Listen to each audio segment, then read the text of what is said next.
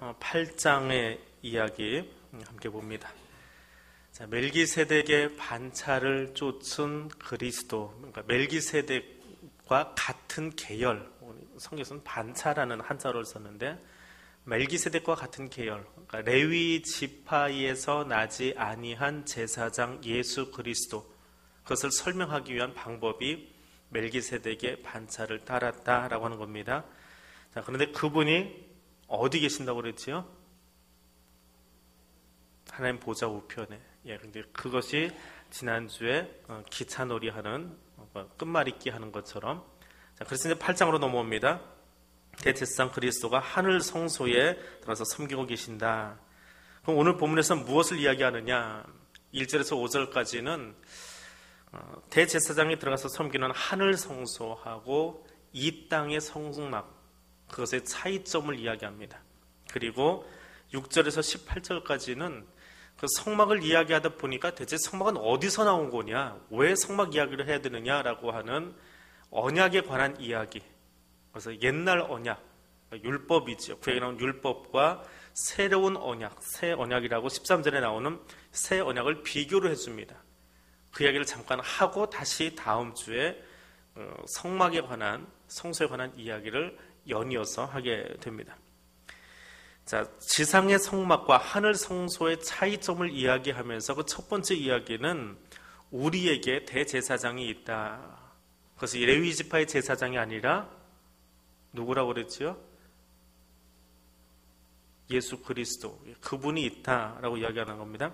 자, 그분이 지금 어디 계십니까? 하나님 보좌 우편에.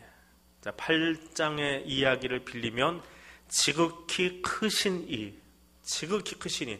그러니까 큰 보좌에 앉아 계신 하나님, 하늘에 계신 지존자 하나님의 보좌 우편에 계신다.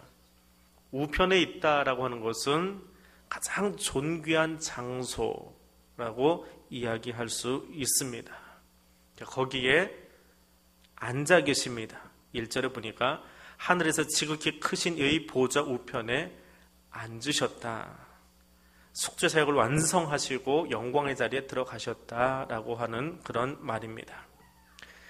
자, 이스라엘 사람들이나 우리들이나 공통적으로 가지고 있는 신드롬이라고 해야 될까요? 그런 게 하나 있습니다.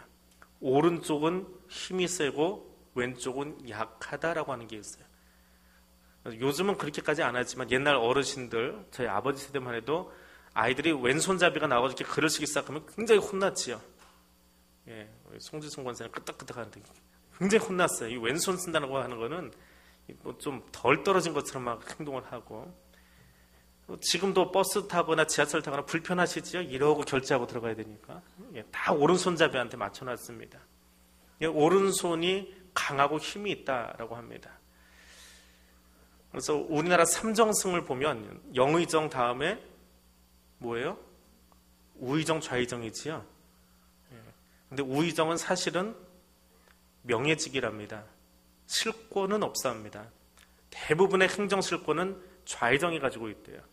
그러면서도 우측에다 힘을 더 실었어요. 영의정 다음은 우의정을 쳐줍니다. 근데 이스라엘도 동양권의 문화를 가지고 있기 때문에 우측이 더 힘이 있다라고 여겨집니다. 그래서 하나님 보좌 우편에 계신다. 그것은 가장 높은 자리에 지존자이신 하나님 바로 옆에 가장 측근에 있는, 근데 그분 옆에 어떻게 하고 계신다고요? 앉아 계신대요. 왕 앞에 앉을 수 있는 것은 왕의 허락이 없으면 되지 않는 특별한 자리입니다. 왕자와 거지라고 하는 동화책에 보면 마지막에 그 거지였다가 왕이 되어진, 그러니까 진짜 왕이죠. 왕 앞에 의자 가지고 와서 덜커덕 앉아버리는 사람이 하나 등장을 합니다. 기사인데 그 거지로 돌아다니고 있던 왕자를 돕던 사람. 근데 거지 시절에 그 사람에게 약속을 하나 하지요. 너는 평생 내 앞에 앉을 수 있는 권리를 주겠다. 그때만 해도 우습게 생각했는데 가서 보니까 자기가 왕처럼 그냥 대우하고 지내는데 진짜 왕인 거예요. 그래서 그래, 네가 한 말이 맞나 틀리나 보자 하고는 의자를 가져다 낼름 앉아버리지요. 그래서 왕이 신의가 있는 사람인지 확인해 보기 위한 작업을 합니다. 왕 앞에 앉았다라고 하는 것은 그만큼 특별한 자리, 특별한 권한이 있다라고 하는 것인데, 히브리서 기자는 그것을 어떻게 표현하냐면 속죄 사역을 완성하신 분이다라고 하는 거예요. 구원 사역을 완성하신 분이다. 근데 이단들은 어떻게 이야기합니까? 예수가 실패한 메시아다. 실패해서 내가 다시 왔다 라고 이야기하죠. 문선명이도 그러고, 알라도 그러고, 이만희도 그러고, 예수가 실패했다. 실패했으면 실패한 그 메시아를, 실패한 예수를 지존자이신 하나님이 자기 앞에 앉게 내버려 둘까요? 실패했으니까 내쫓아버려야지요. 뭐 어떻게 하다가 구원사가 그렇게 실패하고 왔느냐고 쫓아버려야 되는데, 예수님이 지금 어디 계신다고요? 하나님 보좌 우편에 뭐하고 계세요? 앉아 계세요. 벌 쓰고 있는 게 아니고 앉아 계세요. 구원사역이 완성되었다라고 하는 짤막한 한 문장이지만 분명한 구절이에요. 근데 이 구절조차도 이해하지 못하니까 이단들이 자기가 메시아다 그러고 등장하는 거예요. 그리고 이 구절을 읽지 않으니까 또 이단 사설에 빠져가지고 가짜 메시아들, 거짓 교사들, 마지막 때 그 거짓 교사들 찾아서, 적그리스도 찾아서 돌아다니고 있는 모습을 볼 수 있습니다. 자, 그분이 지금 뭐 하고 있느냐? 성소와 참 장막에서 섬기고 계신다. 성소라고 하는 것은 지성소를 이야기합니다. 지성소는 1년에 한 번씩 들어가는, 대제사장이 1년에 한 번 들어가는 것이고요. 장막이라고 하는 말은 성소 전체를 가리키는 말이에요.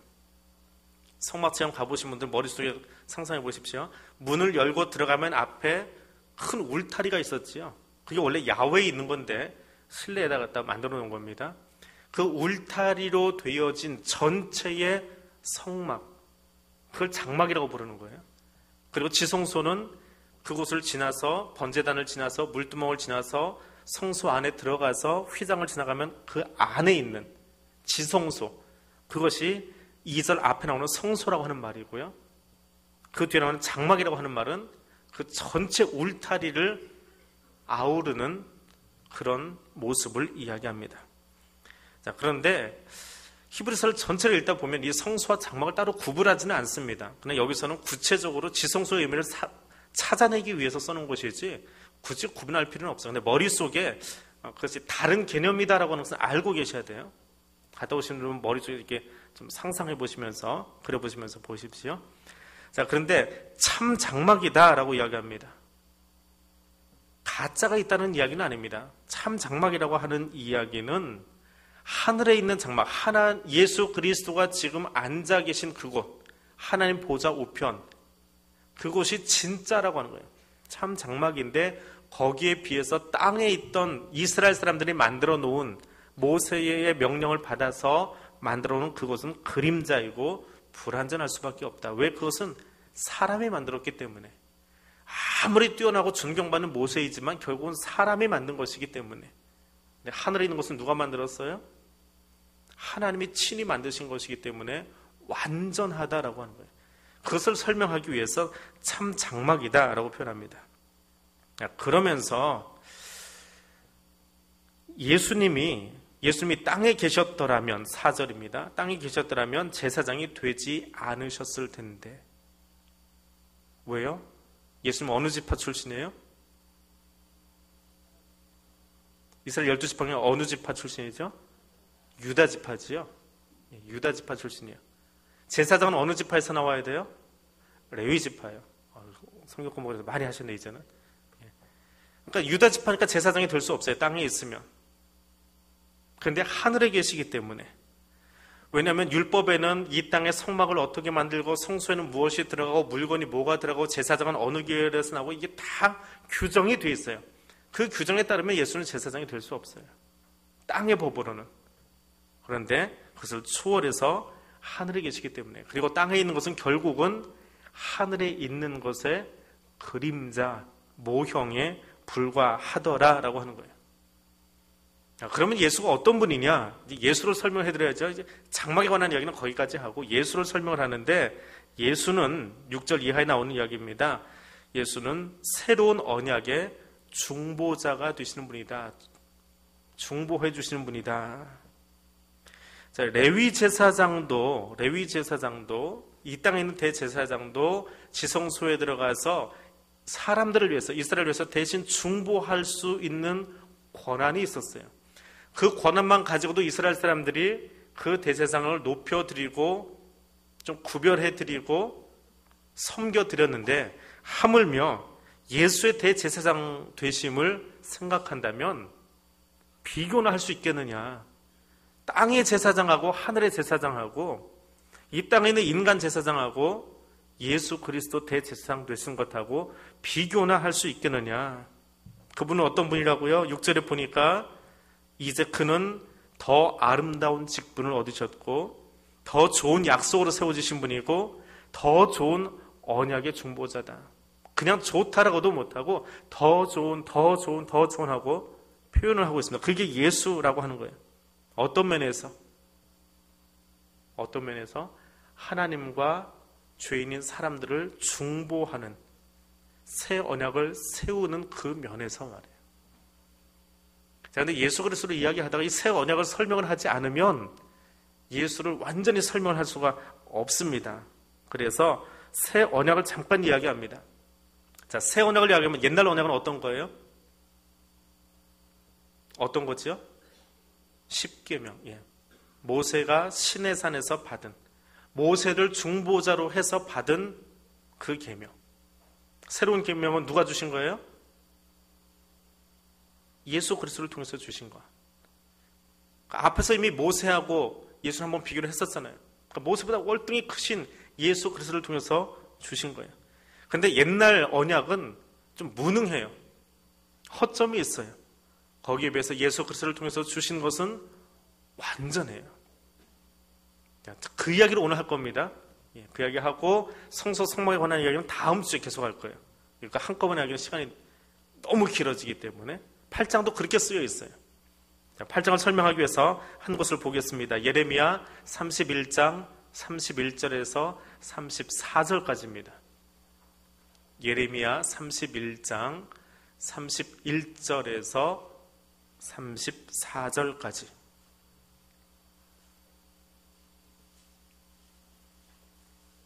성경 가운데 턱 펴면 시편 정도가 나올 거예요. 시편 뒤에 잠언, 전도하가, 이사야, 예레미야 하고 넘어갑니다. 예레미야 31장 31절에서 34절 한 절씩 교독합니다. 여호와의 말씀이니라. 보라, 날이 이르리니 내가 이스라엘 집과 유다 집에 새 언약을 맺으리라.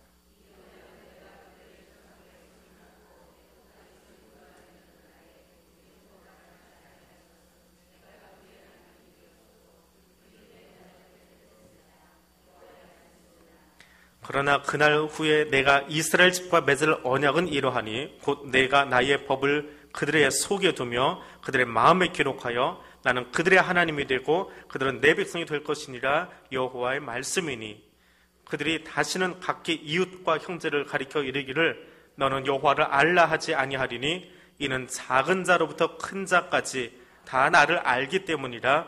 내가 그들의 악행을 사하고 다시는 그 죄를 기억하지 아니하리라. 여호와의 말씀이니라. 아멘. 자, 새 언약을 주시는 이유가 무엇이냐? 이스라엘의 잘못을 지적해서 말씀하시려고 새 언약을 주셨습니다. 율법을 주었음에도 불구하고, 구약의 법을 주었음에도 불구하고 그들이 잘못하고 있어요. 어떤 잘못입니까? 하나님의 언약 안에 머물러 있지 않아요. 말씀을 주었는데 말씀 안에 있지 않아요. 말씀 밖에서 자꾸 놀려고 그래요. 말씀 안에 머물러 있는 것이 힘에 겨운 것처럼 불순종하고 있더라라고 하는 거예요. 그래서 하나님은 불순종하는 이스라엘을 돌보지 않기로 작정하십니다. 그러면서 31절에 보니까 내가 이스라엘 집과 유다 집에 새로운 언약을 맺겠다라고 이야기를 합니다. 근데 이 31절에서 34절을 히브리서 기자가 8절부터 그대로 인용을 해왔어요. 8절에 그대로 나와 있습니다. 8절부터 11절까지 그 말씀을 그냥 갖다 따다 놓은 거예요. 조금 토시 몇 개만 바꾸고 예레미야서를 그대로 가져온 거예요. 설명도 안 하고 그냥 그대로 가져왔어요. 자, 옛날에 주어졌던 언약은 어떤 것이냐? 하나님이 이스라엘 백성들의 손을 잡고 애굽에서 출애굽시키시면서 시내산에서 주신 율법이다. 아주 자세하게 설명하고 있습니다. 자, 그것이 9절에 나와 있어요. 예레미야 31장 31절에 있던 말씀이 9절에 그대로 나와 있습니다. 자, 근데 그것 가지고 되지 않더라라고 하는 거예요. 그래서 어떻게 10절에 가니까 내가 새 언약을 너에게 주겠다. 이게 새 언약은 어떤 것이냐? 옛날 언약은 어디에다 주었어요? 시내산에서 주어진 율법은 어디에 써서 줬어요? 돌판에 썼죠. 돌 위에. 근데 새로운 언약은 어디에 쓰겠다고 그러십니까? 10절에 보니까 그날 후에 내가 이스라엘 집과 맺을 언약은 이것이니 내 법을 어디에? 내 생각에 두고 또 어디에? 마음에 기록하겠다. 돌판에 기록해가지고는 이거 들고 다니면서 읽어야 되는데 읽질 않아요. 너무 무겁다라고 하는 거예요. 너무 무거워서 읽으려고 들지 않아요. 그래서 어떻게 해요? 우리 생각 속에다 두고 마음에다 새겨놓겠다. 말씀을 마음에다 어떻게 새길 수 있습니까? 어디다 새기면 될까요? 여기 반도체 칩이라도 들어가 있어가지고 거기다가 자기장으로 찌릿해가지고 전기자가 줘서 기록할 수 있나요? 어떻게 하면 마음에다 새길 수 있습니까? 어떻게 하면 생각 속에다 집어넣을 수 있을까요? 내면이 바뀌지 않으면 기록이 되질 않아요. 내면이 바뀌어야 돼요. 듣는다고 해서 새겨지는 게 아니고 읽는다고 해서 새겨지는 게 아니에요. 성경을 100번을 읽어도 마음이 변화되지 않으면 그것이 우리 신비에 새겨지지 않습니다. 그럼 1000번을 읽으면 마음속에 새겨질까요? 어떻게 하면 신비에 새겨질까요? 하나님의 영이 우리 안에서 일하셔야만 새길 수 있는 거예요. 내가 새길 수 있는 게 아니에요. 내가 열심히 가르치고 열심히 수요 기도에 와서 성경 공부하고 내가 성경 훈련 받고 한다고 해서 새겨지는 게 아니라 성령님이 내 안에 들어오셔서 그 안에다 기록을 해 주셔야만 되는 거예요.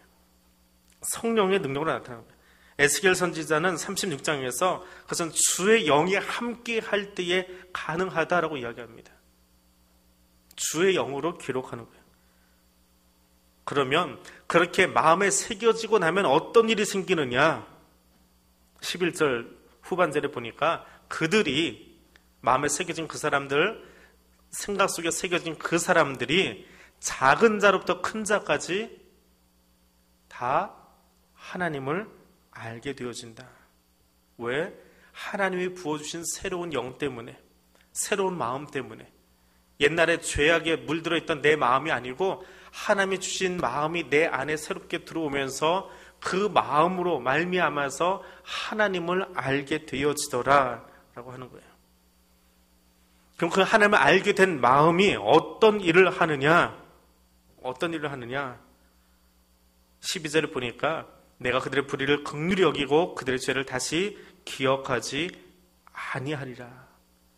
다시는 기억하지 않도록, 다시는 율법 속에 빠지지 않도록 우리를 도와주실 뿐만 아니라 하나님도 우리를 그렇게 용서해 주시겠다라고 이야기하는 거예요. 그러면서 이제 성막 이야기로 살짝 넘어갑니다. 성소는 대제사장이 언제 들어가요? 언제 들어가지요? 지성소에 언제 들어가요? 1년에 딱 한 번 대속주일 날 한 번 들어가요. 근데 한 번만 들어가면 끝납니까? 1년에 한 번이라는 단서 조항이 있어요. 1년에 한 번씩은 꼬박꼬박 들어가야 돼요. 아무리 작년에 멋들어지게 예배를 드렸어도, 아무리 멋있게 예배를 드렸어도, 그리고 작년에 눈물 콧물 쏙 빼면서 다 회개했어도 그 다음 해가 되어지면, 그 다음에 유대력으로 7월달이 되어지면 대제사장이 들어가야 돼요? 말아야 돼요? 지성소에 들어가야 돼요? 말아야 돼요? 들어가야 돼요. 왜요? 짐승제사가 한계가 있기 때문에. 그것을 우리를 속할 수 없기 때문에 그 다음 해가 되어지면 다시 들어가야 돼요. 또 그 다음 해가 되면 또 들어가야 돼요. 그것이 옛날 언약의 한계점이에요. 그런데 새로운 언약은 예수님이 십자가의 죽으심으로 단번에 우리의 모든 죄를 다 용서하셨어요. 과거에 지었던 우리의 죄도 또 어쩌면 우리가 앞으로 짓게 될지 모를 죄까지 다 용서하셨어요. 그 죄악에 대한 용서 때문에 감사해서 우리는 성화의 삶을 사는 거예요. 주님이 나를 용서하셨기 때문에 이제는 구별된 모습으로 살아가려고 몸부림치는 거예요. 그것이 성화의 삶을 살아가는 거예요. 그래서 하나님은 어떻게 되신다고요? 10절 제일 마지막입니다. 8장 10절 제일 마지막 구절입니다. 나는 그들에게 하나님이 되고 그들은 내게 백성이 되리라. 옛날에는 율법을 갖다 주어도 불순종하기 바빴어요. 듣지 않으려고 하고 율법을 가지고도 엉뚱한 곳으로 가려고 했었습니다. 그런데 성령님이 안에 들어오셔서 내면을 바꾸어 버리니까, 내면을 바꾸시니까 하나님이 나의 하나님 되시려고 하는 것은 우리가 거절할 수 없어요. 하나님 스스로 그렇게 하려고 찾아오셨어요. 지금도 그렇게 일하고 계세요. 하나님이 우리의 마음을 바꿔놓고 나니까 이제는 불순종의 자리가 아니라 순종하고 하나님의 백성이 되어지고 하나님 자녀가 되어지는 자리로 나아가려고 노력하게 되어지더라. 그것이 예수 그리스도의 십자가의 언약이에요. 새로운 언약. 돌판에 새겨진 십계명이 아니고 이거 해라 마라 그렇게 하면 뭐가 될 것처럼 얘기하던 그것이 아니고 예수 그리스도의 십자가 은혜로 말미암아서 우리가 그 구원을 누리고 그 감격 속에서 하나님께 나아가게 되어지더라. 그것이 돌판에 새겨진 언약과 십자가를 통해서 주신 언약의 가장 큰 차이예요.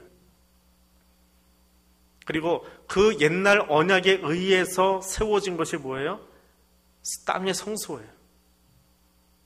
그리고 십자가 사건 때문에 우리에게 약속되어진 장차 우리가 가게 될 새하늘과 새 땅, 거기에 진짜 장막이 있는 거예요. 하나님의 장막이 거기 있는 거예요. 자, 그러면 거기서 어떤 일이 일어나느냐? 그건 오늘 안 하겠습니다. 그거 하면 더 잘 것 같아요, 지금 분위기가. 그리고 그 이야기는 9장의 이야기입니다. 그럼 9장의 이야기예요. 히브리서 기자가 지금 우리 분위기를 너무 잘 아는 것 같아요. 우리들의 분위기를 너무 잘 아는 것 같아요. 2000년 뒤에 대한교회에서 예배드리는 성도들의 분위기도 미리 아는 것 같아요. 그러니까 9장에서 여기까지만 하자 그러다 끊어버렸어요. 성소 성막 이야기하다가 이 이야기를 하려면 뭐가 필요해요? 성소와 성막을 지으려면 그 설교도가 필요하잖아요. 설교도가 뭐예요? 언약, 율법이었어요. 근데 이 율법이 불완전하더라라고 하는 거예요. 불완전해요. 그래서 하나님이 새로운 언약으로 대치해 주셨어요. 그래서 옛날 언약과 새로운 언약을 비교하는 거예요. 이제. 모세를 통해서 주신 율법과 예수 그리스도 십자가 사건을 통해서 주신 율법의 차이점을 비교했어요. 비교하면서 그 역할이 무엇인지. 옛날 언약은 신비에 돌비에 새겨져 가지고 지키기 참 힘들었는데 새 언약은 어디에 새겼다고요? 생각과 마음 속에. 누구를 통해서? 성령을 통해서. 그래서 우리가 그 변화된 모습으로 살아가기를 원한다. 자, 그러면 그 율법에 의해서 새롭게 지어진 성막 이야기, 그건 다음 주. 그렇게 넘어가는 거예요. 그래서 다음 주는 성막 이야기를 한 2주에 걸쳐서 할 거예요. 그것도 또 한 주에 몰아서 하면 너무 벅찰 것 같아서 히브리서가 또 나눠놨어요. 졸지 말라고. 히브리서가요, 재밌기도 하면서 가만히 듣다 보면 법 이야기를 자꾸 하다 보니까, 설계도 이야기하고 법 이야기하고 하다 보니까 졸려요. 졸린 건 사실이에요. 저도 주석보다 힘들 때가 있어요. 너무 이게 말이 힘들게 대비시켜서 왔다 갔다 하다 보니까 그걸 히브리서 기자가 너무 잘 안 것 같아요. 그래서 적당하게 나눠놨습니다. 성막과 성소에 관한 이야기, 그리고 그 안에서 그리스도께서 하시는 이야기는 우리가 다음 주에 다시 다루겠습니다. 오늘 좀 짧게 끝났는데요. 이 시간에 우리 같이 기도할 때에 분명하게 예수 그리스도의 십자가 은혜만을 바라보게 해달라고 기도하시기를 바랍니다. 예수 그리스도의 십자가 은혜를 잊어버리면, 망각하면 이단 사입에 빠집니다. 거짓 교사들에게 빠지게 되어 있습니다. 십자가를 잊어버리면 엉뚱한 길로 나갑니다. 십자가 은혜를 잊어버리고 나면 그네가 얼마나 크고 놀라운지, 얼마나 완전한지 잊어버리면 그냥 이단에 나가게 되어 있어요. 저절로 나갑니다. 왜? 예수님이 실패했다고 하니까. 교황도 지난주에 얘기했잖아요. 교황도 정신 나가가지고 미국 의회 가가지고 예수 십자가가 실패했다고. 교황이 거기 가서 그러고 있어요. 근데 그 교황이 최고인 줄 알고 또 저기서 미사 드리고 있어요. 정신 안 차리면요 비슷해 보여요. 요즘 저희 아이들이 저한테 계속하는 질문이에요. 아빠, 천주교하고 우리가 뭐가 그렇게 다른지 설명 좀 해달라고 그러는데 이게 하나둘이 아니에요. 설명을 하려고 보니까 하나둘이 아니에요.